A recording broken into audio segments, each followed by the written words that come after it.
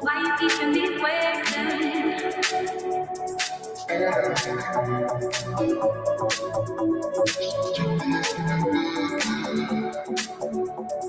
Be so long.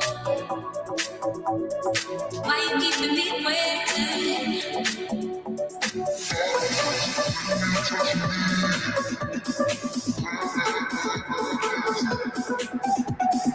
All you want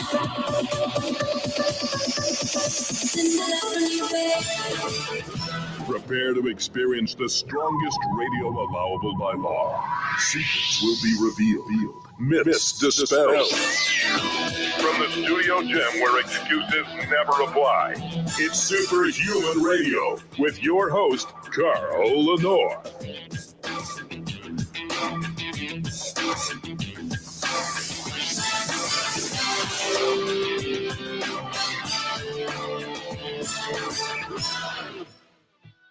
Welcome back to Superhuman Radio. You know, in this environment today, testosterone has become very mainstream.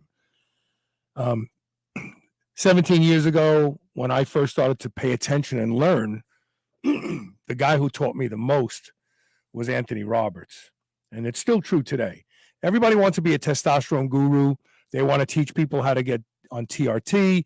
They want to teach people which anabolics to use in stacks. But the reality is, what I've learned, there are people out there who know, but there are more people out there that don't. And the pharmacodynamics and pharmacokinetics of different testosterone preparations are very misunderstood, mainly in physicians.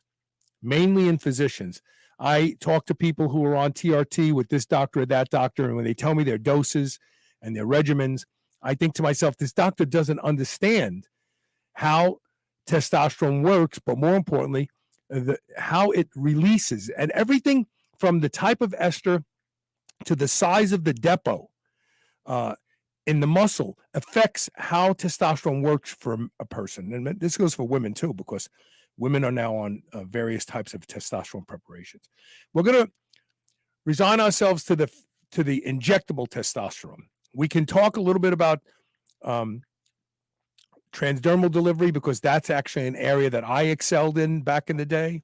In fact, you still paperwork flying around under the name of Triceptor, which was me, on how to home brew both less than base organogels or Flow Gel Ultra and get as much as 200 milligrams, a 20% concentration into it of everything from testosterone base, testosterone cypionate, trenbolone, and everything else.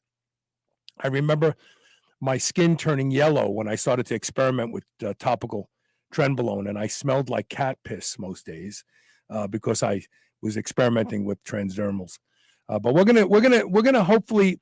My objective is today's show to have a lot of people going, I didn't know that, like multiple times throughout today's show, and I guarantee we will have that effect.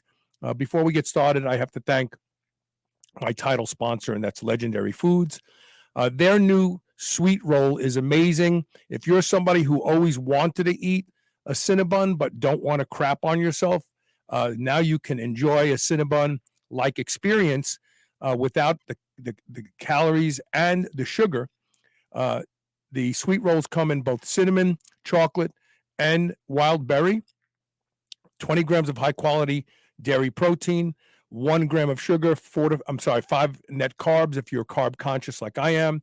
Go to shrnetwork.biz/legendary. Use the code SHR10. Not only will you get 10% off, which I'm sure there's other people out there promoting it at similar discounts, but you let them know that you learned about them here on Superhuman Radio, and that really helps the show a lot. And now, without further delay, saying he's a returning guest is an understatement. Anthony Roberts is the first person that occupied a full hour on this show, because I used to do multiple guests. When I started on Clear Channel, it was a 1-hour show, and I would try to have 2 or 3 guests on.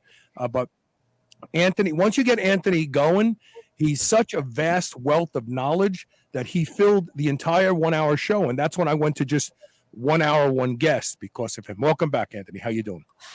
Great. How are you? I'm good. I don't sleep, but I'm good. I wish we could still get GHB, GBL. You know, remember back in the day, Dan Duchesne introduced that. Yeah. GABA. Isn't it Schedule 1 or 2 as a sleep aid under the trade name Xyrem? Yeah, Xyrem? opposite. It's actually, interestingly enough, people who have narcolepsy, it affects them the exact opposite. It keeps them awake. Okay. So that's where it is. But because a bunch of bad apples used it as a date rape drug, it's gone. Yeah, it was really popular with bodybuilders for a long, long time because it supposedly helped release GH, right, during sleep. Yeah, is everybody able to hear the sound here? I was told that they've lost sound. I don't know how long ago that was. But can someone just post that they can hear us? That would be great. Really awesome. Interestingly enough, a lot of people died from the use because they made it at home.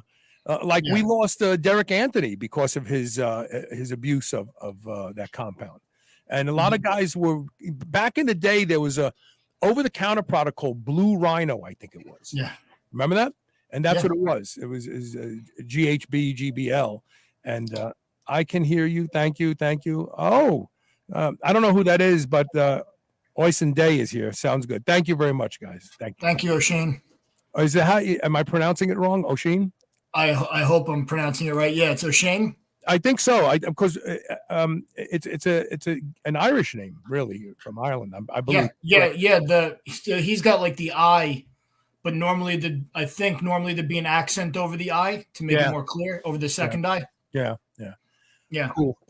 Okay, so back in the day when I was using, back in the day, I'm still using anabolic steroids. I run Anavar once in a while to play around. You know, I'm just an old douchebag. But back in the day when I was using higher doses of testosterone and other androgens, there was a book out. If you can find it, it was called the Anabolic Steroid Research Guide, and it was authored by Anthony Roberts. Not only that, but most of these websites that would put profiles of different drugs, they just stole them from Anthony's book, right? Yeah, for a while, you had to go to like the third page. Like if you looked up like Nilevar or something, you had to get to like the third page of Google to find something that wasn't written by me on that particular drug. Right. And at one point, there were more DCMA, so DMCA, Digital Millennial Copyright Act. There were more filed for my work than any other thing online. Right. And really, there weren't really a lot of people out there who were discussing they would talk about the drug in the context of bodybuilding, like, oh, this is going to harden your muscles, this is going to reduce conversion to DHT, but there really weren't a lot of true medical style discussions about the pharmacodynamics and pharmacokinetics. And so let's set the stage here. Pharmacodynamics have more to do with the pathway of the drug's action, and pharmacokinetics have more to do with the way the drug is delivered to the body. Is that correct? Yeah. I mean, I usually say pharmacokinetics is the way the drug acts in the body is sort of my simple way of explaining it. Mm-hmm.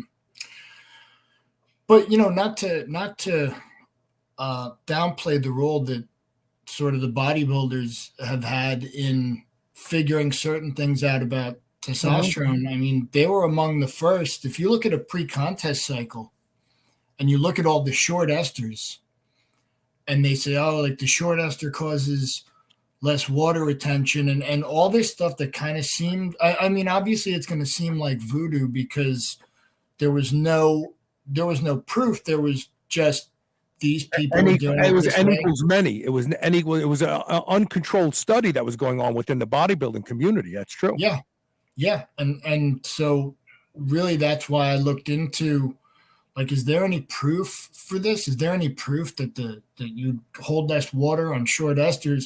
A lot of that didn't make a ton of sense. because in theory, right, the ester is right attached to the steroid, and it's it's a fatty acid chain, and depending on the number of links in the chain, essentially, is how long it takes the esterases to cleave it off of the parent hormone. So it shouldn't, right? It shouldn't have an effect. It's kind of the delivery system, right? But too many guys that were in bodybuilding were getting less water retention and just noticeably different results. And even if you look at the counterfeit market, people would never substitute testosterone cypionate for Primabol, and they would substitute like propionate. Right. So there had to be something. There had to be something there. Right. So not to downplay it, it's just nobody really knew what was going on. So let's start there. So one of the early articles you wrote was about the different contribution to estradiol conversion based on the length of the ester. And you looked at cypionate versus enanthate. Enanthate is a much more popular European version, cypionate much more in the United States. But enanthate actually produces a slight bit more estradiol milligram for milligram than cypionate, right? Yeah, and the important thing about these studies was that they didn't say, all right, let's give them each one cc, right? They matched the actual the actual amount of active testosterone. So you were still getting, right? They didn't just say give them a mil at 200 mgs per mil, right? They actually matched it up so that the ester, they controlled for the actual amount of active parent hormone in the injection. And so, these studies were actually very well done. They were the one that I really liked was looked at short, medium, and long esters, because that's really where you can tell what's going on. And with the longer ester, you got more conversion to estrogen, which would seem to explain, right, the water retention. It would seem to explain why people on pre-contest cycles would preferentially use the short esters. It would seem to explain why people on bulking cycles prefer the long esters. So it really fit our view of which drugs do which things, right? And that's kind of where the theory is best, where you say, all right, reality matches the science, right? If the science doesn't match reality, then someone took a wrong turn in that study. So let's talk about the different size esters, because Katrina Miller asks cypionate or enanthate, which is better. I don't think it's a matter of better. What matters is your outcome. If you want higher estradiol levels, then probably the really long acting, like the undecoinates, the ones where like guys are only supposed to get, or gals are only supposed to get one shot every couple months, they produce a much higher estrogen level. And as you said, between cypionate and enanthate produces marginally more estradiol. And then if you look at the propionates produce very little estradiol. So that leads me to this question. In an effort not to have to stick myself literally every day with several syringes when I was using very high doses, I would combine, I would combine testosterone cypionate, nandrolone, propionate, short acting, because I didn't like nandrolone. It did give me erectile dysfunction. So I tried to use something that got it out of my system as quickly as possible. And trenbolone and enanthate was another long acting trenbolone. I would put them all in the same syringe. So let's explore the depot. Is the depot really a bubble, or is it just kind of in the muscle, kind of like ether? Well, so the muscle is, like, for our purposes, the muscle is water, right?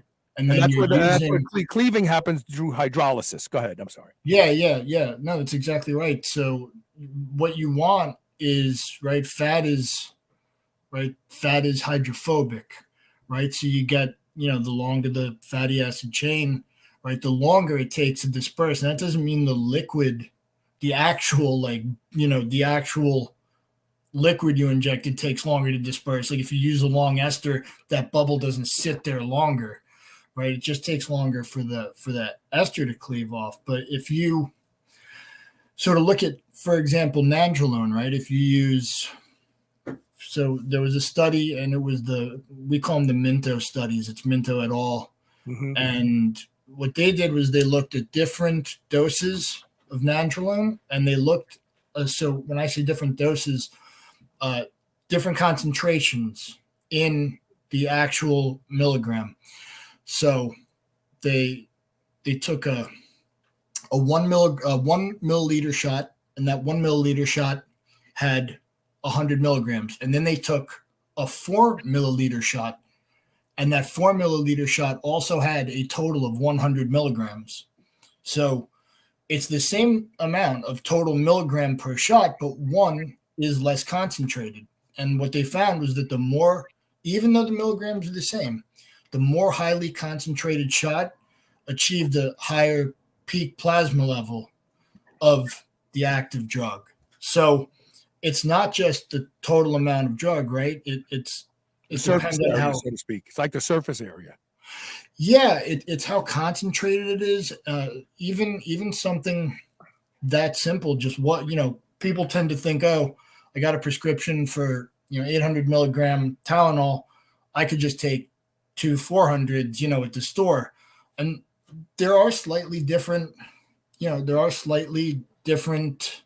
effects that you're going to get, at least in terms of the level it reaches in your blood and things like that.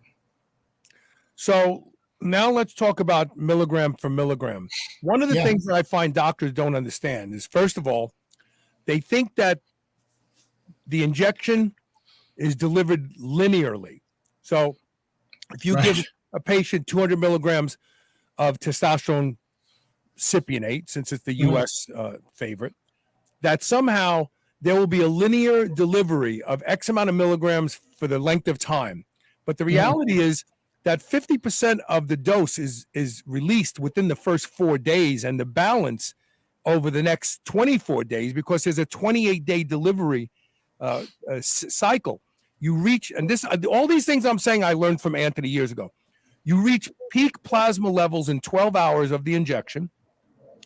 Then and the first 4 days, you get 50% of the injection. So 100 milligrams is delivered in the first 4 days. But more importantly, it's not 100 milligrams of testosterone, because no one counts for the ester.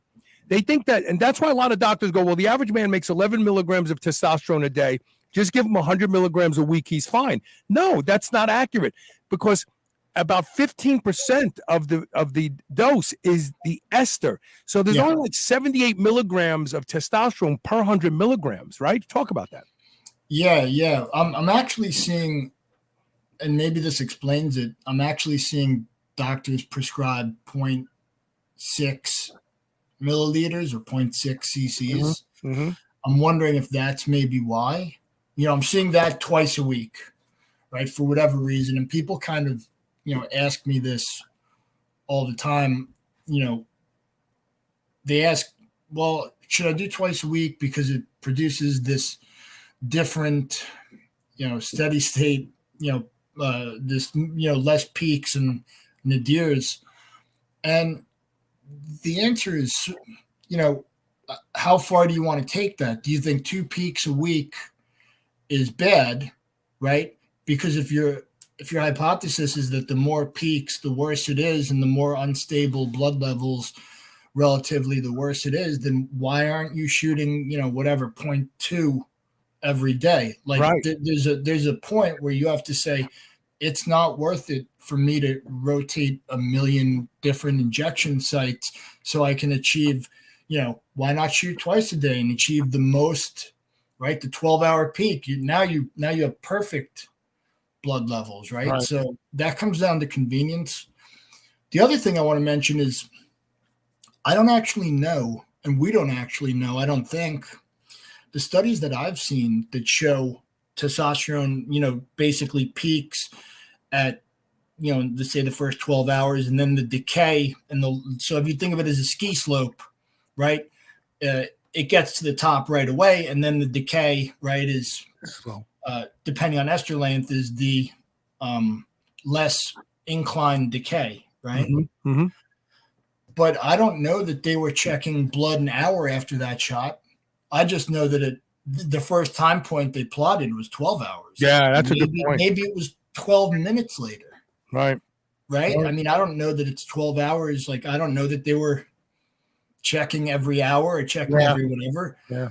But I had a friend who did, he did his first shot of testosterone. And he said, I know this is crazy, but I woke up the next day and I knew it was working. I could feel it. I felt different. I said, no, that's exactly right. And he said, but everybody says it's got this steady release and it's not really in you. And it's like, no, that's wrong. That's absolutely wrong. You will feel it. If there's something to be felt, you will feel it. So I want to add, so for years, we believed that a steady level of testosterone, so taking injections twice a week, which fit the 4-day 50%, then you take it on 3-day. So you have this, you don't have such a diverse or bipolar response. But now we know, and he actually calls it bipolar testosterone therapy. Dr. Samuel Denmead from Harvard is curing most aggressive prostate cancers by giving men supraphysiological testosterone, but then letting them wait a month to 6 weeks before he gives them another shot to create that drastic differentiation between the peak and the base. And what he discovered, he's been on my show a couple of times. What he discovered is the men who develop the most aggressive prostate cancers lose the pulsatility of testosterone, maybe because a lot of it's converting to estradiol. So like every day they just look like this. They never have a peak and a drop. And that peak and drop actually can reverse or make your prostate healthy. So we're just learning about the importance of harmonic pulsatility of everything from growth hormone and everything else. Steady state is not necessarily the right thing. The body doesn't necessarily like it. So I just want to throw that out there because guys want to keep their testosterone level. Your prostate may look at that the same way as a fat dude who's having all of his testosterone siphoned off to estradiol and it's just steady all the time. Just keep that in mind. Yeah. I've seen some evidence that your overall bone mineral density is not dependent on average testosterone levels, but is actually dependent on peak testosterone levels. So those high peaks might have different benefits that keeping a steady state doesn't. And to the point of the pulsatility, so of testosterone, of growth hormone, that if we're looking at a natural model, it probably would be better. I mean, there have been debates about, is it better to take growth hormone in the morning because that's when you're not really producing it? Is it better to take it at night to try and prevent pituitary insult by hiding it in your natural peak? I mean, but at least, so here's the thing, at least people are thinking about it. Right. At least someone thought, instead of just, I'm going to do this on my lunch break, or I'm going to do it before I go to the gym, or I'm going to do it when it's convenient. People did, have put in some effort, some cognitive effort into figuring out what is the best way to do this rather than just I shoot when I have a free minute or whatever. Right. So that's good. Yeah, and I know we're starting to recognize that the human condition has a best and worst, that it produces hormones, and we if we model it, we're going to be better off. Excuse me. Yeah. No, I mean, when you look at, when you look at, someone just brought up people are more sensitive to changes in their body, and this could convolute that about feeling it. So what I was saying before is, if you are going to feel it, right? If there is some point at which you will feel the effect, whatever that means to you, it would make sense that you would feel it at that peak, right, which is within that first day. And that, my friend he went through he told me what it felt like, and it was basically the feeling of someone who had andropause and now has a full tank of testosterone. So for me, I told him, you absolutely felt it, and whatever it is you thought, that you were supposed to feel a week later or whenever that, that's incorrect. You were peaking when you felt it. I had this discussion years ago that one of the qualities that it takes to be a pro bodybuilder today, and let's not lie about drug use. I mean, football players, basketball players, baseball players, they're all using different types of performance enhancing drugs, even if it's just a rheumatoid arthritis drug that allows Phil Mickelson to golf. He wouldn't be able to golf without his Humira. So that's a performance enhancing drug, in my opinion. Sure. But, it's socially acceptable. But one of the things that you and I talked about tangentially over the years is one of the qualities it takes to be a pro bodybuilder is actually to be able to use high levels of drugs and not have any side effects, like not having night tremors and waking up in a pool of sweat with 400 milligrams of trenbolone and anthate in your body. That allows these guys and gals to be able to continue to train and maintain. So not being sensitive to the drugs is probably a real advantage if you're going to start using high doses of androgens, right? Yeah. So it's not just that. There's also, and I'm not sure that it necessarily has to do with the androgen receptor per se, but there are guys who take a gram and they look like they do when they take 2 grams, right? So guy takes 1,000 milligrams of testosterone, then he takes 2,000 and he looks the same. The pros seem to have this ability to not only take the drugs and not suffer from side effects that would be incapacitating to you or I, they seem to be able to take the drugs in increasingly escalating dosages and keep benefiting, keep making noticeable improvements. So it's not just the lack of side effects. It's that if I took 4 grams of testosterone, I would probably look the same as when I take 2. But that's not the case for these guys. When they take 4, they are significantly different looking. And the same goes the other way. People think that a pro is the guy who could take 200 milligrams and look like a pro. What I've actually found is the opposite. They kind of don't look like anything until they really escalate the doses, and then you can see they pull away from the pack. They don't look anything like the rest of us once they start getting into the doses where the rest of us just keep looking the same and keep suffering increasing side effects. So over the years, and I just want to talk about trenbolone a little bit because I did a show specifically about trenbolone a couple of years. I think it was 2 years ago. So many of us used to talk about, why does tren reduce your cardiovascular conditioning literally overnight? Yeah. And, there's a study that we talked about on the show in 2020, I believe it was, and it's on bovine, it's on cattle. But the thing that makes trenbolone effective at increasing muscle growth is it increased both serum and cellular oxytocin levels by 50-fold. And I have discovered that this is why trenbolone takes your, there's been lots of discussions about blood pressure in the lungs and all this other stuff. But the real reason is the magic of trenbolone isn't so much that the uniqueness of the androgen itself, but the fact that it stimulates oxytocin production. And if you want to feel like you're using trenbolone, make love to your partner and have an orgasm and immediately jump out of bed and run up the stairs and see what kind of conditioning you feel like you have. Your heart will be pounding. You won't be able to breathe. And trenbolone does that continuously as long as it's in your bloodstream, because it's upregulating that oxytocin production, which is literally like you're walking around like post-coitus all day long, like, oh man. Sure. And that's what it's from. And the study shows how oxytocin builds muscle, and we've talked about it in rat model studies. So I'm convinced that that's really where the magic is. But to get back on the subject of Well, like to sort of springboard off of that. Yeah.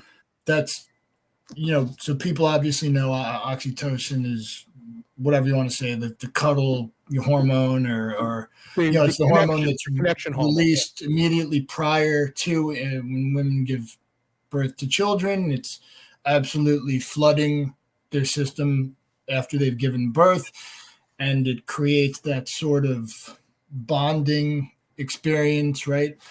And I bring that up because people don't, and I'm not sure that people understand this, that testosterone isn't, for example, the opposite of that, right? Testosterone, there have been studies showing that testosterone supplementation, in psychological studies. So we're talking about acute studies where people are given, oral testosterone, and then they play a game where they have to be honest.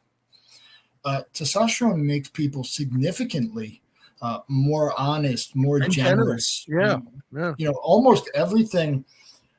Even in children who have higher testosterone, you would assume, right, if you sort of bought into the media testosterone characterization, you would assume that children who are higher in testosterone were probably bullies or in other ways, right, had some socially undesirable characteristics. What they've actually found is that children who are higher in testosterone have a higher social standing among their peers, and that is achieved with less bullying. Like across the board, it's not something that makes kids bullies or necessarily makes men aggressive. Across the board, it makes men more honest, more generous. It's really, I don't know if it what it does with oxytocin, but it's really very misunderstood in terms of what effect it has and what it's responsible for in men. Because, anytime there's some, road rage incident, right? It's like, it's too much testosterone or whatever. Testosterone. What is it called? Toxic masculinity. You're looking at that? Yeah. I mean, look, and that's a loaded phrase, and people get offended at it. But right, if you're going to qualify masculinity with the word toxic, then you obviously know that it's not toxic, because then you wouldn't add that word, right? Right. And it's it's a loaded phrase, but it's certainly not founded in testosterone, right? No, in fact, there's two studies that I want to just cite, and granted, they were rodent studies. They were what? They were rodent. Rodent. Okay. Rodent studies. I have a bad switch on this board. I thought maybe it went out. So one took rodents that were castrated, right? Gonadotropectomy, and they gave them the equivalent of 1,000 milligrams a day to a human, and they put them in circumstances and situations where other rodents were provoking them. And what they learned was they did not go into rage immediately. They put them in circumstances where food was being vied for and sex. And the rodents that were receiving the high doses of testosterone were no more aggressive at getting food. They were no more aggressive at copulating with the females. But when they were attacked, and I don't remember how they attacked them, whether it was some sort of mechanical device or something, when they did decide to react, they reacted with much greater gravity, much greater aggression. But they were not more aggressive unless they were put in a situation where they thought they were going to be harmed. That was one. The other study was and now, were they more aggressive though in the situation where they thought they were going to be harmed? Once they were decided that I'm going to be hurt, I'm going to be killed. Sure. They that decision, once it was made, they became overpoweringly aggressive. But they didn't. But normal day-to-day circumstances, vying for a female, vying for food, didn't make them turn that switch on. It was only after they were really going to be in danger. And then the other study was I'm trying to think if I forget it. I'm pretty sure it was in rodents, but the other study determined, and I remember writing a blog post about police officers. The other study had determined that rodents, rats who had low testosterone were more likely to be aggressive in not necessarily threatening situations. And I extrapolated, as police officers are aging, they're more likely to make a bad call and use deadly force when their testosterone levels were the lowest. That makes sense. There's also some evidence that it's counterintuitive, but there's some evidence that being in a partnership, talking about police here, not like a domestic partnership, but being in partnership causes police to act overly aggressive, and they think that's due to the wanting to impress in terms of a social dynamic, impress their partner. They find that police that are operating without a partner, that are, solo, are far more careful, far more courteous, because number one, they're not trying to impress anyone. And number two, they don't have backup on hand. Right. So, it could be life and death, whether they're courteous, whether they decide to treat somebody with a little more respect. Could be life and death, as opposed to when you have a partner, and sometimes this sort of social dynamic kicks in. With regards to women, if you look at, they have less testosterone, and if you look at the big five, personality traits, so openness, conscientiousness, extroversion, agreeableness, and neuroticism, women score higher on agreeableness. And you could say, well, women score higher, they have less testosterone, they're more agreeable, so men are more disagreeable because they have higher testosterone.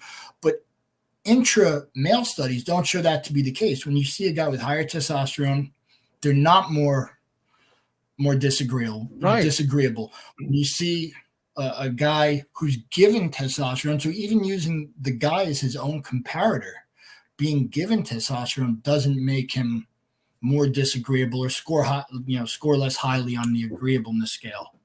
So yes, men on average are more aggressive than women and score differently on the big five, but that's really not to try and shoehorn anything about testosterone into that analysis just doesn't hold water when you consider that, when you factor in for that, it's completely random relatively. Katrina Miller just happened to put this up right before we talked about this. So at one point in time, she had an issue, metabolic issue, and her testosterone levels got up to 1366. And she felt that it made her feel extremely more loving and sensitive and kinder. For those of you who are watching us on video, she put this. She goes, now I'm very low on testosterone, and I find that I'm more angry and aggressive. So that would speak to that. Yeah, and it's counterintuitive, and I think there's a percentage of the steroid using population who use either testosterone or trenbolone or whatever as an excuse to be more aggressive. Yes, but and I want to talk about that. I want to talk.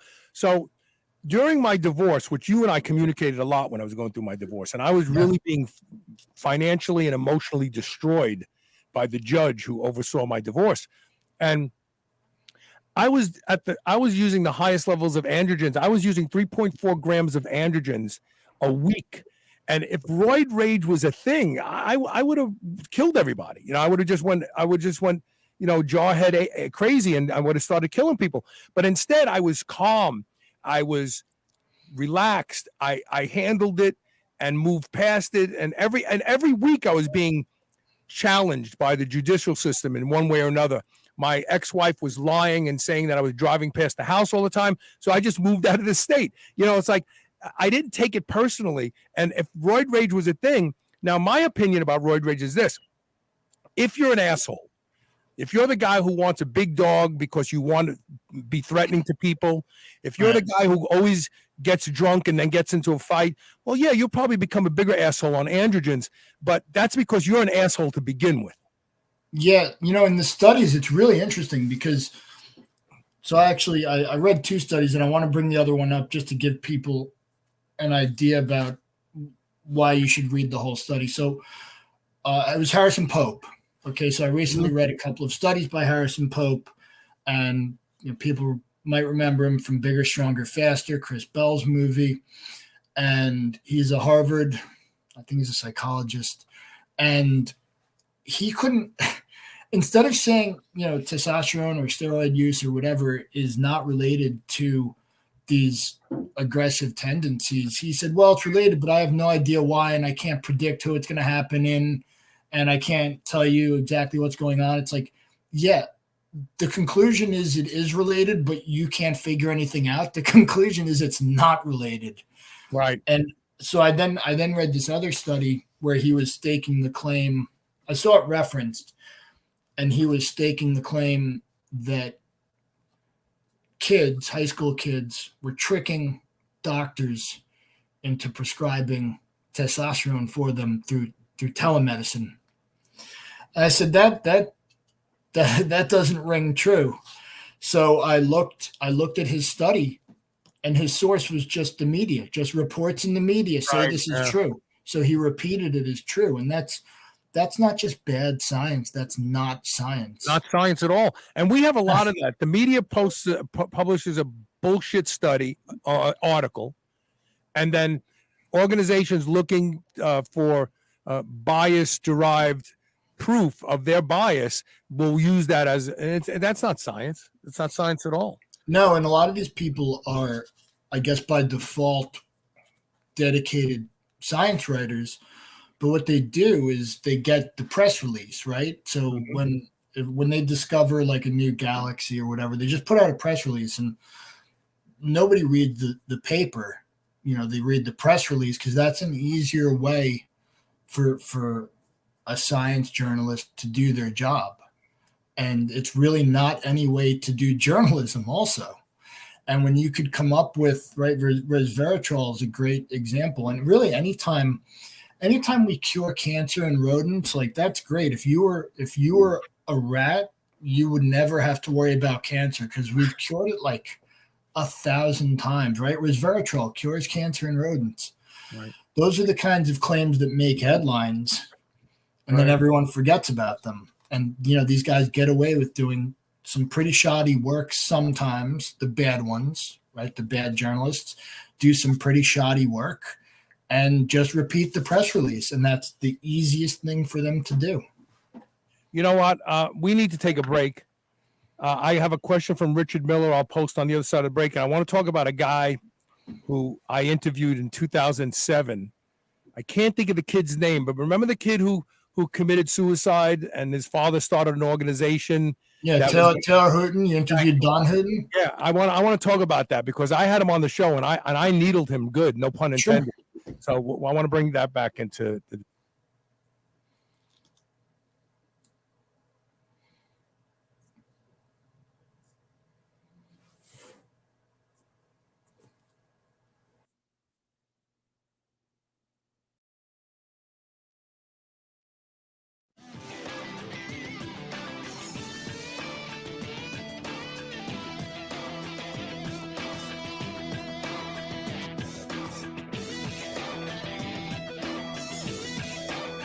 Remember those rectangular toaster pastries you used to love when you were a kid? Well, Legendary Foods has just made them better. The new cake-style tasty pastry is like nothing you've ever had before. With 20 grams of high-quality protein and less than 1 gram of sugar, you'll feel like you're cheating, but you're not. Go to shrnetwork.biz/legendary and use the code SHR10 to save 10% off your purchase of tasty pastries. Now available in cookies and cream, red velvet cake, birthday cake, blueberry, strawberry, brown sugar cinnamon, and hot fudge sundae. Go to shrnetwork.biz/legendary and use code SHR10 today. Hey, this is Carl Lenore. I am the inventor of Gun Leash. Over 500,000 handguns are lost in the United States every year. If you carry a gun like I do, you are 300 times more likely to lose your gun. And 15% of those guns will end up in criminals' hands and used in the commission of a crime. Gun Leash solves that problem.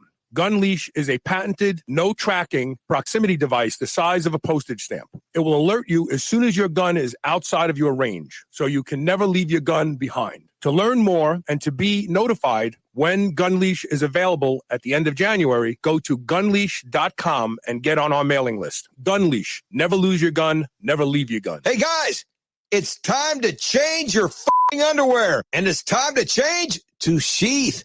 Sheath's underwear's revolutionary designs allows your man parts to hang the way they would naturally hang if you were not wearing underwear. And this improves the blood flow throughout the day to the twigs and berries. If you've never experienced wearing a pair of Sheath underwear, boy, is there an exciting experience waiting for you. Grab a pen and write this down. Go to shrnetwork.biz/sheath. That's SHEATH. And use the code SUPERHUMAN to save 20% off your first pair. And get this, if you're not completely satisfied, send them back for a full refund. That's shrnetwork.biz/sheath. BPC is one of the most amazing supplements you can use. It's been shown to increase the speed of recovery, heal the gut, and do so many other things. BPC stands for Body Protection Compound, and it's a naturally occurring peptide in the body. Used by professional athletes and weekend warriors alike, there has always been an obstacle in the way of average people using BPC, and that is it was injectable only. Not any longer, thanks to NutriNeeds. We now have oral BPC, and it works. Go to shrnetwork.biz/NutriNeeds, NutraNeeds. Use the code SHR and save 10% off your bottle of BPC. Feel better, recover faster, train harder. NutriNeeds. Great sleep upgrades you on virtually every level. Body fat, muscle mass, mood, brain function, and countless other ways. But taking melatonin alone isn't the answer. Thanks to a brand new sleep formula developed by my friends at Bioptimizers, you can experience the best night's sleep ever. Sleep Breakthrough is a delicious sleep drink that supports your natural melatonin production and relaxation without creating a dependency, so you can have the best night's sleep on demand. It targets 5 different sleep pathways to give you the best sleep ever. And best of all, you'll wake up feeling rested and rejuvenated so that you can have the best day possible. For an exclusive offer for my listeners, go to sleepbreakthrough.com/SHR and use the code SHR10 for 10% off. Plus, you can unlock special gifts with the value of at least $20. This is a limited time offer, so go to sleepbreakthrough.com/SHR right now. Spit that out right now. This is the Superhuman Channel.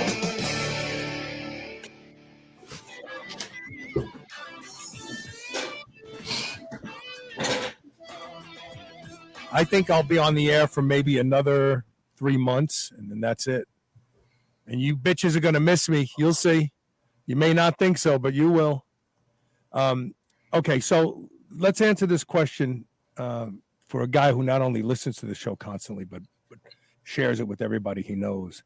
And that's Richard Miller. He says, so when's the best time to take it? Testosterone, he means. I take 80 milligrams every Tuesday and Friday. So he's following that protocol where he's adjusting for the ester at 10 a.m. What do you think? Yeah, I don't think, I mean, my default is that I don't think it matters too much. Like, so the first question is there a best time to take it? I don't think there is. And me personally, I don't see a huge difference between taking 2 shots a week or 1 shot a week. So let's address this. Let's look at it from a couple different angles. First of all, when I take my shot too close to bedtime, I don't sleep as well.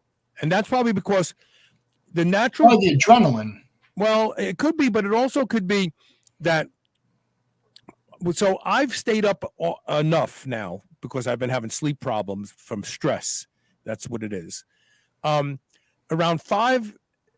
between 5 and 6 a.m., I get wood because I'm up. I'm like all of a sudden, like between 5 and 6, I start getting a little frisky. I feel like, wow, I'm aroused. My thoughts turn to sex and I get wood.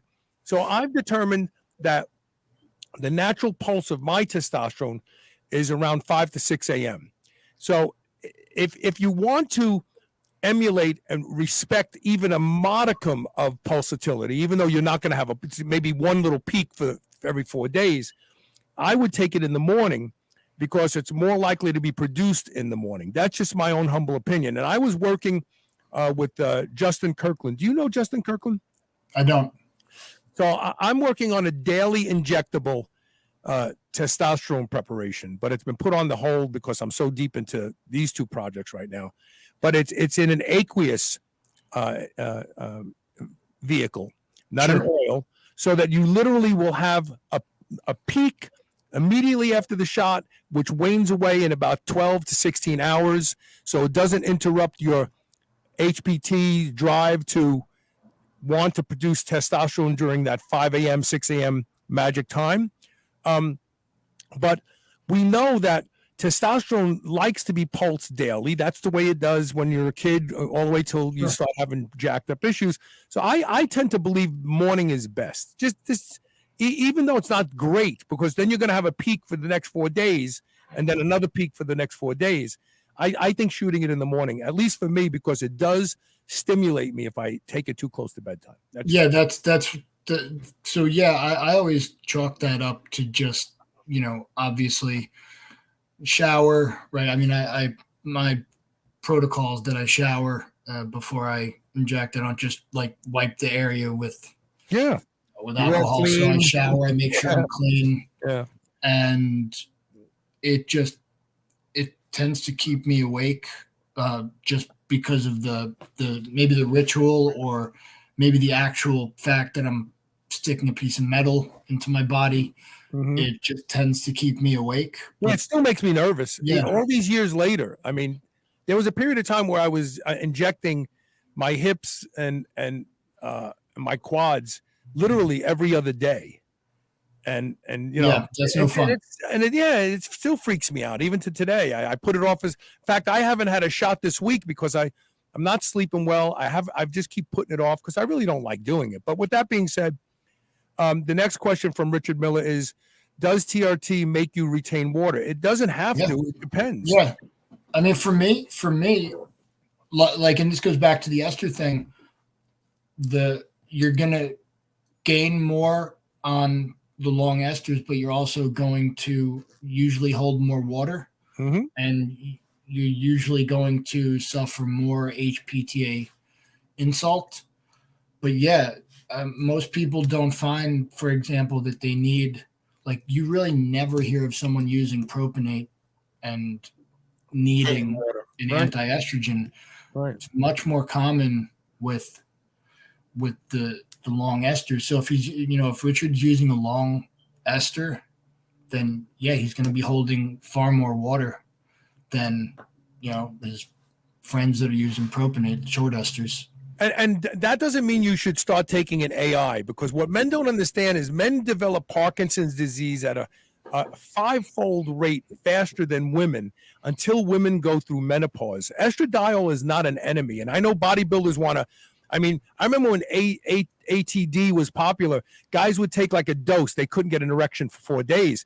Like, estradiol is important. It's a neurosteroid as well as a steroid hormone, a sex steroid, and it has important roles in the body. And there's a study that shows side by side.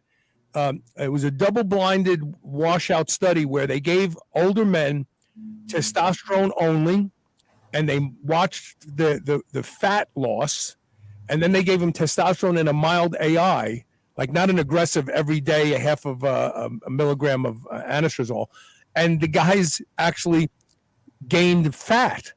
And so estradiol has a lipolytic effect. Mm-hmm.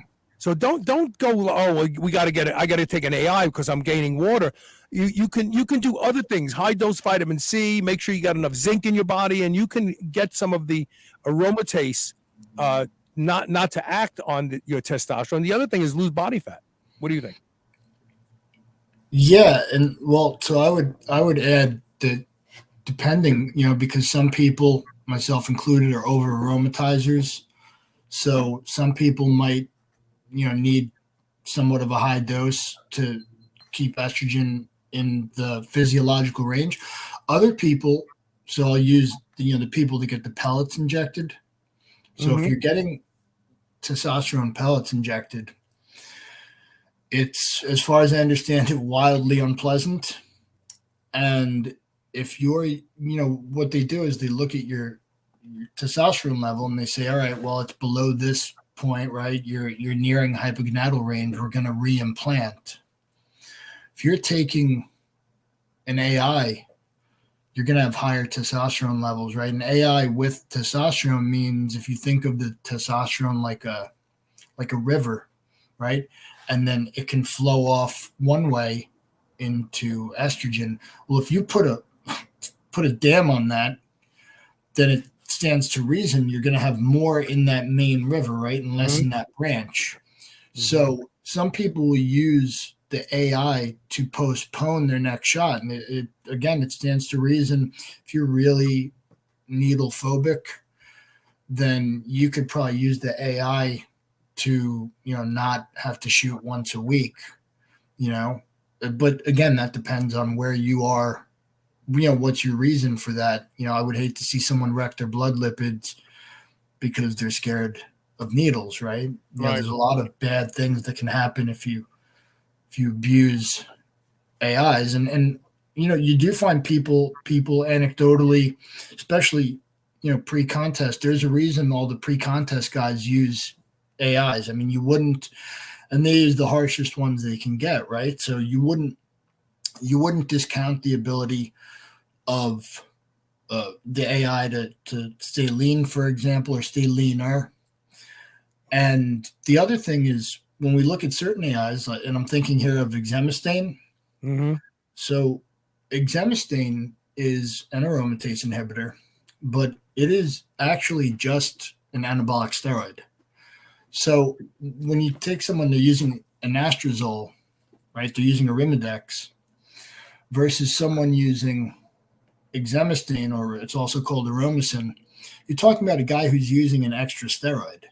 So if you talk about testosterone plus Examustain or testosterone plus an Estradiol, we're not talking about the same thing. Just that legally, one is considered a steroid and the other isn't, but they are both steroids. And Examustain is a dihydrotestosterone derived molecule. So, it's tough to really compare. Well, what if I take an AI? It's like, well, what are we talking about? Are we talking about another steroid? Masteron, drostanolone, right? Propionate. That's a steroid, but it's a DHT derived steroid, and it was prescribed for women with breast cancer. If you think of the word mastectomy, right? Masteron. The same derivation as Masteron.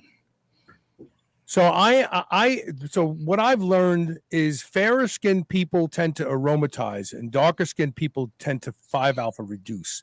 So I have used such high doses of testosterone, a couple grams at a time. And my estradiol levels never went very high, but my DHT levels go through the roof because I'm a high alpha reducer. One of the things that can help you reduce the production of DHT is a small little 10 to 25 milligram dose of progesterone, real progesterone, just base powder at night at bedtime. It'll help you sleep better, but it also reduces, and I think you taught me this. So you looked at the molecule of finasteride and the molecule of progesterone, and you told me, you looked at it and you said it's got this little difference, little variation. And in fact, there are studies that show that progesterone reduces DHT levels in both men and women because it stops the effects of 5-alpha reductase. Were you the one who told me? Finasteroid's kind of scary, though. Yeah, I don't like it. I don't like it. No, I wouldn't. Finasteride is one of those things that I would say, just shave your head. Like a guy just contacted me. He was using one of these new topicals. They have all these companies out that selling these that has finasteride, it has this in it, has that in it, and he started using it. Within the week, he couldn't get an erection. And I was like, yeah, I would never use it. I think it impedes cognitive function as well. don't quote me on this, but I'm pretty sure there's some class action lawsuits against makers of finasteride for cognitive impairment. Before we talk about Don and Taylor Hooton, I want to also mention that there is an evolutionary gift in older men's livers than young men. And I can't remember if they used ADT to block the production of testosterone, and then they gave old men and young men the same dose. It was like 250 milligrams of testosterone cypionate. And the older men ended up with almost twofold rise in total and free testosterone with the same dose. And the study pointed out that the receptors that flush testosterone out of the blood are reduced in older men. And it's probably an evolutionary conservation effect that typically men's testosterone is going to drop. So the body is going to keep more of it in. But us older guys, like if I take 250 milligrams of testosterone cypionate or enanthate, I am pretty close to 1,600 nanograms of testosterone just with that low dose. And I'm an old dude, I'm 64 years old. So that's another thing that plays that doctors don't pay attention to a lot of times as well, that your older patients may need less, but you should still shoot for somewhere between 1,000 and 1,200 nanograms, a youthful level. But what doctors do is you're 700, you're fine. Well, are you fine? Really? How do they feel? That's the big thing. But your liver plays a role in how we see something similar during dieting. We see an upregulation of androgen receptors, and that's probably because we see testosterone being produced in far lower amounts during periods of starvation. So the androgen receptors actually upregulate, which is really interesting when you think of a pre-contest bodybuilder who's got the androgens upregulating, right, simultaneously with taking incredible, like, super physiological doses. Yeah, that's amazing. Let's talk about Don and Taylor Hooton for a second. I had Don Hooton on my show in 2007. It was before I moved out of town for the divorce, and I was still with Clear Channel at that time. And he came on the show. For those of you who don't know who Taylor Hooton is, go ahead, tell him who Taylor, because you wrote extensively on this as well. Tell him. Yeah, so Taylor Hooton was a 16-year-old high school student. I want to say from Plano, Texas. Yeah, he was. Yeah, and he was a high school baseball player, JV baseball player, and he did a cycle, took some steroids, and went off of them. And about 6 weeks after he was off, and his parents caught him or whatever it was. About 6 weeks after he came off, he got into fight with his parents, and he died by suicide. And so his father went on a crusade. They looked at the warning on anabolic steroids and said, like, well, there's no suicide warning. And it's like, yeah, there's no suicide warning because it's not a side effect. It's not a known side effect of anabolic steroids.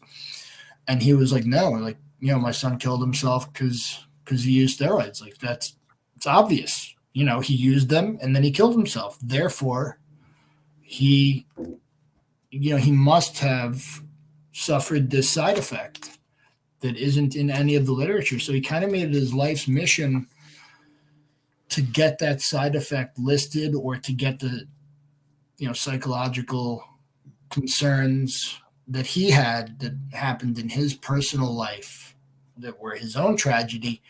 He wanted them to be listed, suicide to be listed, or suicidal ideation to be listed as a side effect. So he went on a crusade, and he blamed, and no one says it's not tragedy when a 16-year-old takes their life, but it wasn't attributable to the steroids he took 6 weeks prior. He was actually on some antidepressants for which there are black box warnings that say, warning, this drug has been known to cause suicide, but that direct logical connection wasn't what he was looking for, so it's not what he found. And he didn't seem to think it was relevant that Taylor's mom had attempted suicide, which I'm not sure if people know that. He didn't seem to think it was relevant that I think it was he had another family member attempt suicide. So you have this history of suicide, and you have the psychotropic medication or history of attempted suicide. And then you have the psychotropic medication, and his dad just wouldn't hear it. His dad's testifying on Capitol Hill. He started a charity, Taylor Hooten Foundation. I wonder if it's still Taylor Hooten Foundation, where most of the money goes to him and his other son, who I think run it. And it's just, this is a common thing. If you lose a child, you want to find out reasons why, and the last thing you want to do is think to yourself, was it something I did? I had Don Hooten on my show, and I'm going to find that show. I'm going to find it. I was kind and sensitive to him, but I called him out on several things. So I let him talk about when they found out that Taylor was using. The reason he was using is because he believed that to be a good baseball player, he had to use it. So instead of taking him to an andrologist or even a general practitioner, they took him to a psychologist, a woman. She was a psychiatrist. And when she came in, she says, you have to stop cold turkey. And she immediately put him on antidepressants. And I said to Don, in retrospect, do you think that was a bad move? And it was a hard question for him to answer because he was quiet, because basically no parent wants to say, yeah, the choice I took for my son may have sped him along to die. But he did. He said, yeah, in retrospect, I guess, I don't know. He did. I'm going to find the show. But the reality was they brought him to a psychiatrist who told him he had to stop immediately. No PCT. Because I talked to his father. I said, do you know what post-psychotherapy is? No. I said, well, that's when you introduce drugs that will re-stimulate the production of natural testosterone. Everybody, look, any pro bodybuilder, I mean, when Porter Cottrell told the story, he told it the other day when he was on the show, but the first time in like 2006 on my show when I was still with Clear Channel. And he talked about after being on drugs for 10 years, and back then, 400 milligrams was a lot to these guys, right? And it's really true. And he just stopped cold turkey. He was done with bodybuilding, and he didn't even think to run a PCT. And he became so depressed so quickly that what he did is he saw a doctor, and he got back on a true HRT dose, and he felt great after that. But they didn't introduce PCT to Taylor. They put him right on antidepressants, and a short period of time, the kid hung himself. I think he hung himself in his room. Yeah, with a belt on a doorknob. Yeah, I mean, wow, that sounds kind of like Jeffrey Epstein. But anyway, maybe he was on juice and he couldn't get it in prison. But maybe maybe if they would have consulted someone who understood the long-term effects of anabolic steroids, and then you can't just stop, they would have did something different, and something would have happened. But then they would have had to admit, well, it wasn't the steroids, it was the antidepressant. Now, how's he going to go out and say that? Oh, my son came off of a drug, anabolic steroids, but we put him on antidepressants and he killed himself. That's not a mainstreamable message. Well, there was no, it's not. But there was, besides, like I said, I thought it was the mom. I'm fairly certain it was the mom, but there is a history of attempted suicide in the family, and there was a lot of tension with the family in general. Taylor had, I think they were on a family vacation, and he got caught stealing laptops from like some of the other guests at this hotel, and and I'm not saying he was like a bad kid or whatever. Spiraling. No. Yeah, there was some tension, and rightly so, right? Right.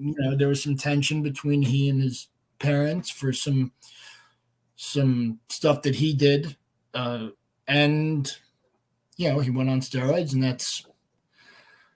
that is what it is. But to not look at all these other factors, and for Don to just say, well, Anabolic steroids, yeah. It's the easiest, right? It's the path of least resistance for him. And then he's got to say, he's essentially saying it, and he's turning around to everyone saying, right, guys on Capitol Hill, right, senators, congressmen, right? Am I right? Our current president, who went up and grandstand, I've talked about this on the show several times.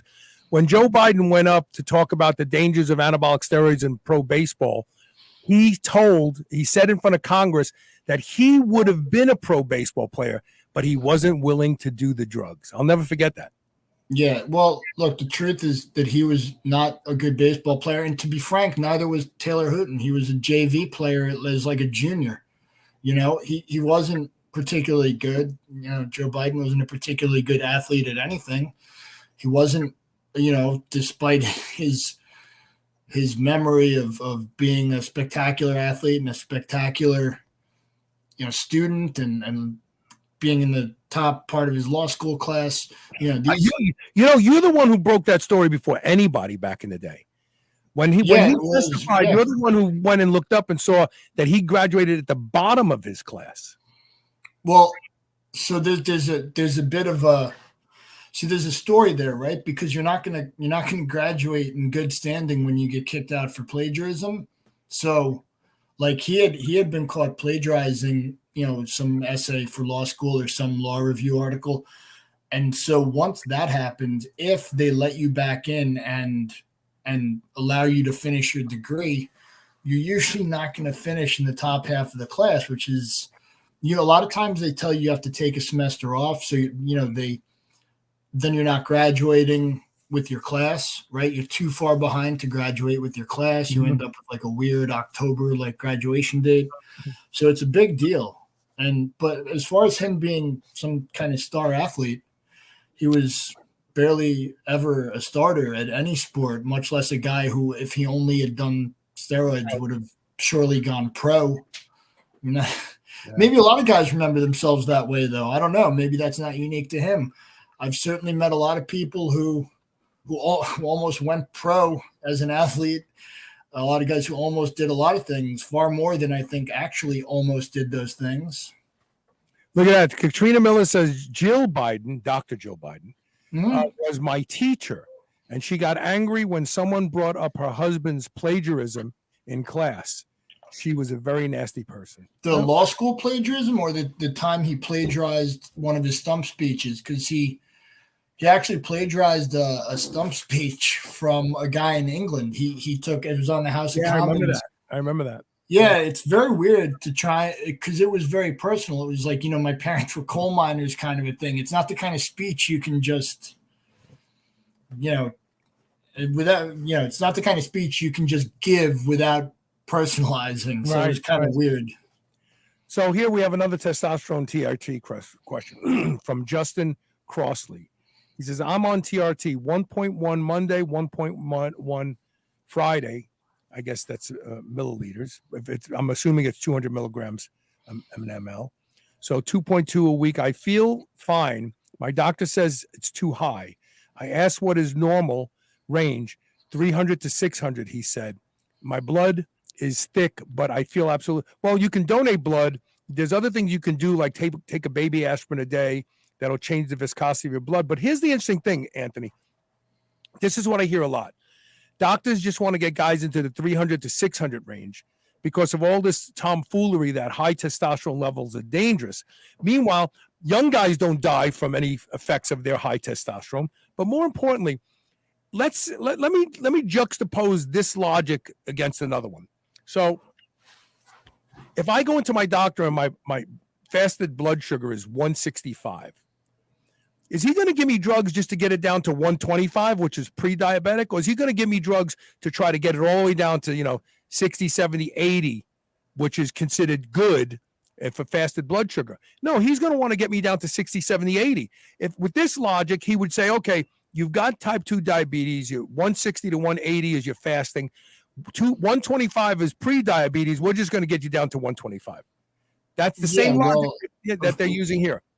No, of course. And I mean, you can look at that with almost everything, right? Like if you were to say, hey, I have really high blood pressure, it's 160 over 100, they wouldn't get you to 140 over 80 and say now you're borderline hypertensive. Yeah, right. Right. Right. All right. Now you can leave. You're also still in bad shape, but you're borderline bad shape. It's like going from morbidly obese to obese. Like nobody stops when they're obese, right? That would be kind of weird. Yeah. Tell your doctor to leave you alone. Tell me what. Also, if you're still there, Justin, post what your testosterone levels are. Yeah. I'm curious what his hematocrit is. Yeah, well, and hematocrit is a funny thing. I mean, there's quite a few things you can do besides a bloodletting to Sure. lower hematocrit. Sure. By the way, thymosin beta 4, which I use to reverse fibrosis in my body, my old ass body, is also a powerful iron chelator. Okay. It helps to rid the body of iron. So using thymosin beta 4 regularly will help you reduce hematocrit by lowering, not dangerously, but lowering iron levels in your body. Why do you think people develop flu-like symptoms from Sustanon? It's got 4 different forms of testosterone in there. We already addressed this at the beginning of the show, how the depot works and the ester released. Why do people develop symptoms from that? Regardless of the steroid, some people get flu-like symptoms, right? When they inject, and I don't know what it is. My assumption is it obviously you're putting a foreign substance into your body. My assumption is that there's some kind of white blood cell response where your body senses this foreign thing and kind of goes into that mode. I don't know that it's just Sustanon. I've heard it with equipoise or boldenone on declinate. Oh yeah. EQ flu, yeah, for sure. Trend flu. I mean, and the only thing that really, right, and those are different things, right? The equipoise is testosterone based. It's got the extra carbon bond, and then obviously Sustanon is multiple different esters, so we know it's not just one ester. And Trenbolone is a 19-nor steroid. So I tend to believe that this is some kind of immune response from just the foreign body, because it's always injectable, right? Nobody gets Anavar flu. Nobody gets Anadrol flu, right? Well, and let's be honest. Are there any pharmaceutical companies legit that make Sustanon? I don't think so. So it's all UG stuff. Well, not in the United States, right? I mean, the domestic. Well, and that's the other thing, is that the domestic market, depending on who you ask, I've seen published estimates that say the domestic market, the black market, is less than 5% legitimate pharmaceuticals produced domestically. Mm-hmm. I would say I can't even name a major bust where so you have Operation Raw Deal, Operation Gear Grinder, Operation TKO, Operation Cyber Juice. None of them had anything to do with domestic sources of legitimate pharmaceuticals, whether that be compounding pharmacies or whether that be Organon here in New Jersey. So I don't think the people that are using things like Sustanon, things like equipoise, which is no longer available, right? Boldenone and declinate used to be Perenibol, right? And that hasn't been made in forever. I think all the common factor is the entire black market, and I say less than 1%, but that's generous, is probably underground, probably converted from powder from China. Nobody's trying to get Pakistani Sustanon anymore, or Mexican Sustanon. Okay, 51. So you got that reply there. The hematocrit was 51. I mean, that's not terribly high. It's not. Yeah. I mean, Lance Armstrong's not worried. I mean, you go donate blood at the Red Cross. They'll tell you right away if it's high, they won't let you donate. Excuse me. Red Cross won't let you donate if your hematocrit is too high, and I think pretty close to 60 they consider high. Yeah, that's what I was going to say. I think it'd be a sight higher than that. Yeah. Let's run our last commercial break. Okay. I got a cough for a while. I'll be right back. Stay with us.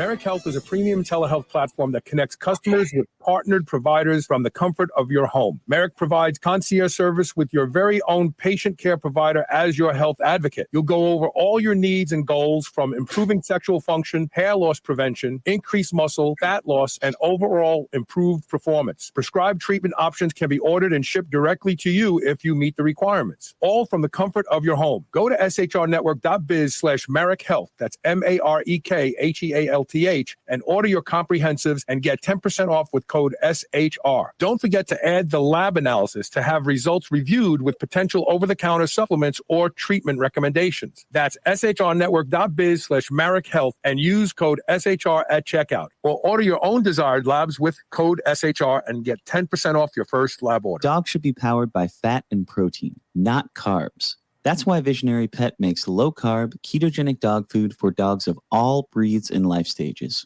From kibble to freeze-dried and even low-carb treats, all Visionary Pet recipes are very low-carb, ketogenic, and made with 100% real meat protein. Shop now and use code SHR for 20% off your first order today. Your dog deserves the lifelong benefits of optimal nutrition. Make the switch to Visionary and see why smart dogs eat low carb. You went off the wagon big time at the end of the year, meeting all those family obligations and eating and drinking things that you usually don't. In order to start the year off right, you have to get back to square one. All that partying and stress depletes magnesium. Magnesium Breakthrough is more effective than any other magnesium on the market today to help you get your magnesium levels back to where they need to be. That's because Magnesium Breakthrough has 7 unique forms of magnesium. It's the new year, and if you want a new you need to replenish the magnesium in your body quickly. Go to shrnetwork.biz/magbreakthrough and use the code SHR10 for 10% off today. There are lots of concerns about food supply today. That's why you need White Oak Pastures. White Oak Pastures will deliver food right to your doorstep. You don't even have to go out and be disappointed by shopping in grocery stores. The finest beef, pork, lamb, duck, and more can be found at White Oak Pastures. And now they even have seafood. And best of all, White Oak Pastures has a negative carbon footprint, which means that you don't have to feel guilty for eating your ribeye. Go to shrnetwork.biz/White Oak and use the code SUPERHUMAN to save 15% off. For 17 years, I've heard promises of devices and gadgets that could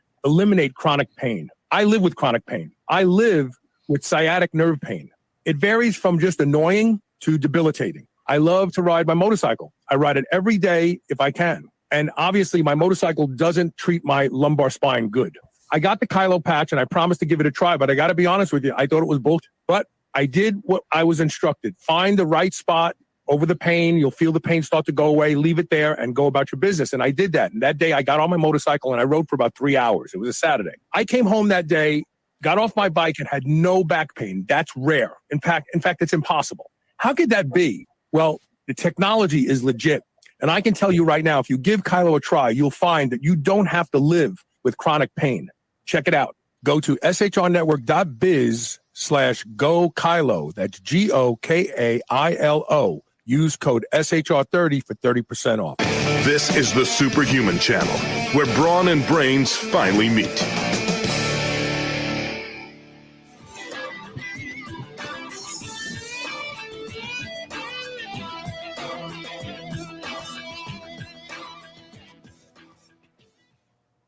I'm really impressed. We've kept an audience very, very intrigued for the whole show, and we're going on 2.5 hours already. So I'm sorry, 1.5. 1.5, yeah.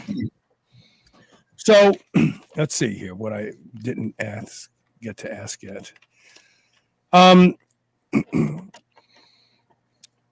What are your thoughts on nandrolone only cycles? We did a show a couple years ago with a guy who promotes nandrolone only cycles, that it doesn't give you ED, you make substantial gains. I tend to think that the human body isn't designed to run exclusively on nandrolone is a 19 nor, correct? Yeah, nandrolone's a 19 nor, and there's just too many guys that report getting some kind of erectile dysfunction from it. And I wouldn't go so far as to say if you're going to use it, you have to use an equal amount of testosterone. I would more likely say that at a certain level, whether it's from prolactin or whatever it is that's causing the ED, at a certain level, it's going to be unavoidable. But on the other side of the coin, when you replace testosterone, right, you're going to have whatever testosterone level you have, regardless of, like, quote unquote, how shut down you are from the nandrolone. So you don't need an equal amount, right? If you really just want enough testosterone to function and you want to use significantly more nandrolone, you might be fine with, double the amount of nandrolone as testosterone. Even if you're using a replacement dose of testosterone, adding in a reasonable dose of nandrolone probably won't cause ED, but adding in, a gram of it might. I actually was doing that. I thought my logic was I'm doing 2 grams of test, a gram of nandrolone should be fine. I got like ED like that. Well, once you replace the test, you've replaced it. Like, so, taking more might give you more. Like, obviously you're looking at a linear dose response curve, but taking more doesn't like act as a shield to the nandrolone, right? That was my logic, but obviously I didn't use real logic. I was an asshole, but that was the highest I've ever gone. And granted, I was strong, I was ripped, I was building muscle, and I wasn't using any orals at this time. It's when Aaron and I were doing off topic. Okay. I was doing 2 grams of test sip. I was doing a gram of Deca, and I was doing 400 milligrams of Tren Ent. And I felt great. I really did. I felt super duper great, but my penis didn't feel great. Yeah. Why were you using doses that high? Because I wanted to add that to my resume. I was an asshole. I've always admitted that I've been an asshole about a lot of things. Sure. And I wanted to see what would happen. I did. I mean, it was the strongest I ever was. Yep. And I didn't even injure myself when I was doing that. I actually injured myself when I was just running a gram of test a week, and I ran that for years. I remember John Romano and I were having a conversation probably 5 or 6 years ago, and I said, well, I use a gram a week. He goes, you do? I said, yeah.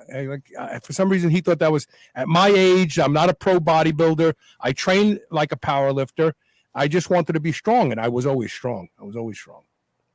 Yeah, I mean, a lot of it comes down to what you can tolerate too, right? Like, you don't really know what you can tolerate until you tolerate it.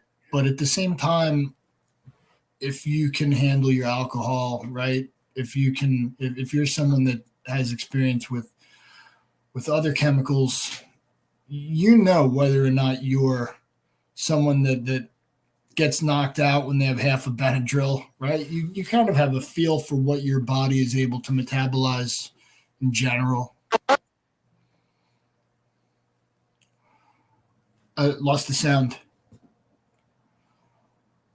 How about now? Got it. I did a lot of acid in high school, a lot. I tripped regularly, like maybe 2 days a week for a while. And in order to do that much acid, you have to believe you have control over your outcome. Because, it's like the same thing, like when people say they had bad trips, they like went into it nervous, they were worried, and then like they almost make it happen.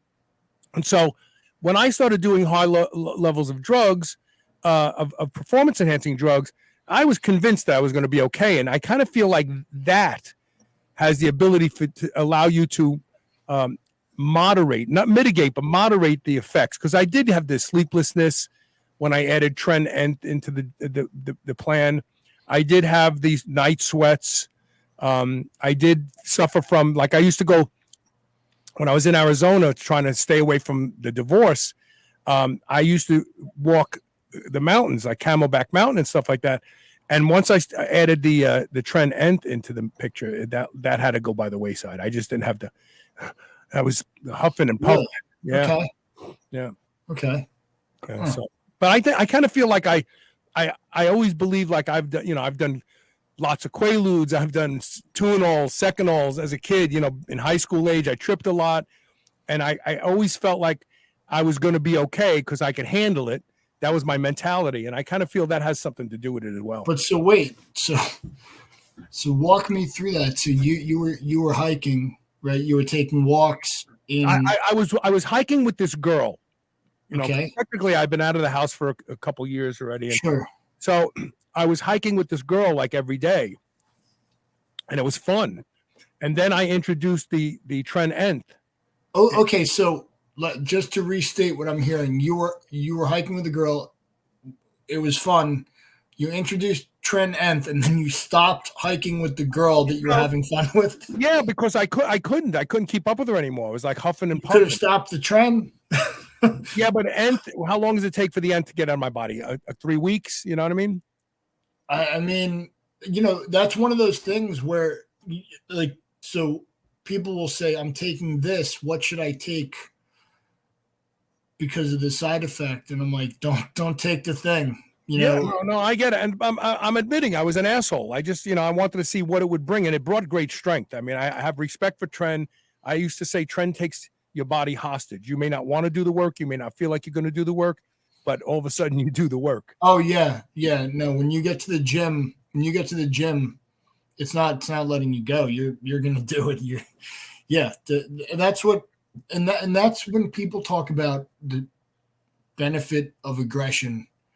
It doesn't mean that you're screaming at yellow lights or whatever. The aggression that we're talking about when we say this drug is beneficial for aggression, we're talking about the aggression, playing a sport or in the weight room or at practice. That's the aggression that we're talking about when we talk about it as an intended effect from something like halotestin or methyl test or whatever, or even testosterone. We're talking about the intended effect where it produces a desirable result, right? Because if you're taking something and it's producing the bad results, right, then And you stop. Yeah. But I didn't, because the results I wanted was strength, and it lived up to that. And the other thing is, Trent, excuse me a second. Am I still working? Yeah. Trenbolone activates a part of, it acts on the calcium channel, and that's how it increases contractile force of everything, your heart and everything. But once you kind of experience the ability to activate muscle with real strength, it doesn't go away just because you stop using Trenbolone. What I noticed is when I started doing large doses of androgens, I got stupid strong, and I didn't injure myself, which was a good thing. I was still young. I was, 50. I think 57 is when I started hurting myself. And I was in my early 50s. But the ability to activate muscle, that doesn't go. It's almost like it's imprinted on your brain. And that's when the danger is. Like, if I take off for a while, I don't go into the gym and just do what I can do, because I know I'm going to hurt myself, because what I can do and what I'm prepared to do, I have to graduate to that. And part of that is almost like a learned physiological response to activating muscle. And that doesn't go away just because you stop using Tren, because it's like your brain has made those pathways and it knows how to activate that muscle now differently than before you did the Tren. Yeah, there's some rewiring happening for sure with any of this, even with the taking acid or whatever. There's rewiring, and whether it's through the your muscles' contractile ability. I'm not so certain that the different steroids, they will produce different effects, but it might be that they all produce the same effect in a different, or rather have the same spectrum of effects, and just do it to varying different degrees. Like back in the day, they thought that there was some special magic with Anavar, with oxandrolone, that it increased phosphocreatine stores, or it had this particular trait that other steroids didn't, or that something like boldenone and declinate increased red blood cells to an extent that other steroids didn't. And that's really not the case. I mean, probably the pathways and the spectrum of effects are the same for everything, but it's like think of a graphic equalizer, right? Not every part of the song sounds the same or appears the same when you chart it out. So it's more likely something like that. And the rewiring, I think, also has to do with not just your, the calcium channels, the contractile ability, but most likely there is some neurological rewiring going on. There's some evidence that the testosterone obviously impacts the formation of new pathways. So it's probably a little bit of everything, but maybe not as complicated as we think it is sometimes. Yeah. So what's interesting? I don't remember if I did this interview.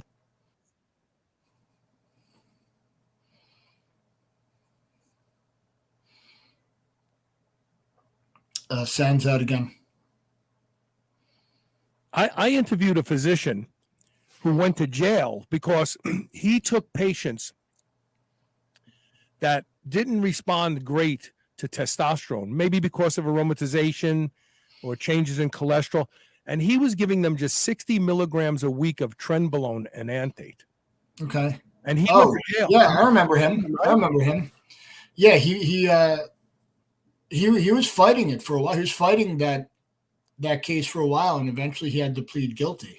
In fact, Millard was the one who introduced us to him, and we got him on the air so that he could tell his story, because they put his ass in jail, and he was a physician. Right? Yeah, he was a physician, and he was doing TRT, and he said, these people don't respond the best to testosterone, so 60 milligrams of Tren-Ent a week he was giving them, and they felt great. They were putting muscle back on. They were their disease states were reversing, and they put him in jail for that. Yeah. I remember that story. I remember that one pretty well, and I knew of him through Millard also, through think steroids, and he was fighting it for a while. And then I don't know whether he had just received discovery or just received, just saw that whatever evidence maybe he thought that was going to be there and would be exculpatory didn't end up there. But whatever it was, he did eventually have to plead guilty and kind of do the whole. And he was on. When he did the interview with us, he was on the lam, and he was going to turn himself in the next morning. I should find that show. Yeah, he was on the lam, and he like, it was a big deal that he said they're gonna. I'm turning myself in tomorrow, so I don't care. Like if they know where I am and stuff like that. Sure. And so I got to find that one. I'm pretty sure that was an off topic, and I've got all the episodes of Off Topic on my server. Yeah. No. That guy's story, I do remember that, and I do remember the whole thing was about prescribing Tren. I mean, that was the whole problem. Yeah. All right, look, I think we've covered a lot of stuff. Hopefully, people have a new view of testosterone, the different actions of it, the different actions of the mechanics of where the depot goes and how much you put in and all that sort of stuff. Your liver for older guys. And if we miss something, email me at onair@superhumanradio.net, and we'll cover it in a later date. Hopefully some doctors are listening and investigating how they are prescribing testosterone. So there you go. Thanks for being here, Anthony. Thanks for having me. Don't forget to share the show. You never know who you're going to help. And I am off until Monday, so we'll see you soon. Take care of yourself. And let's do that, and let's do that. Let's do this. Move over, superheroes. This is the Superhuman Channel.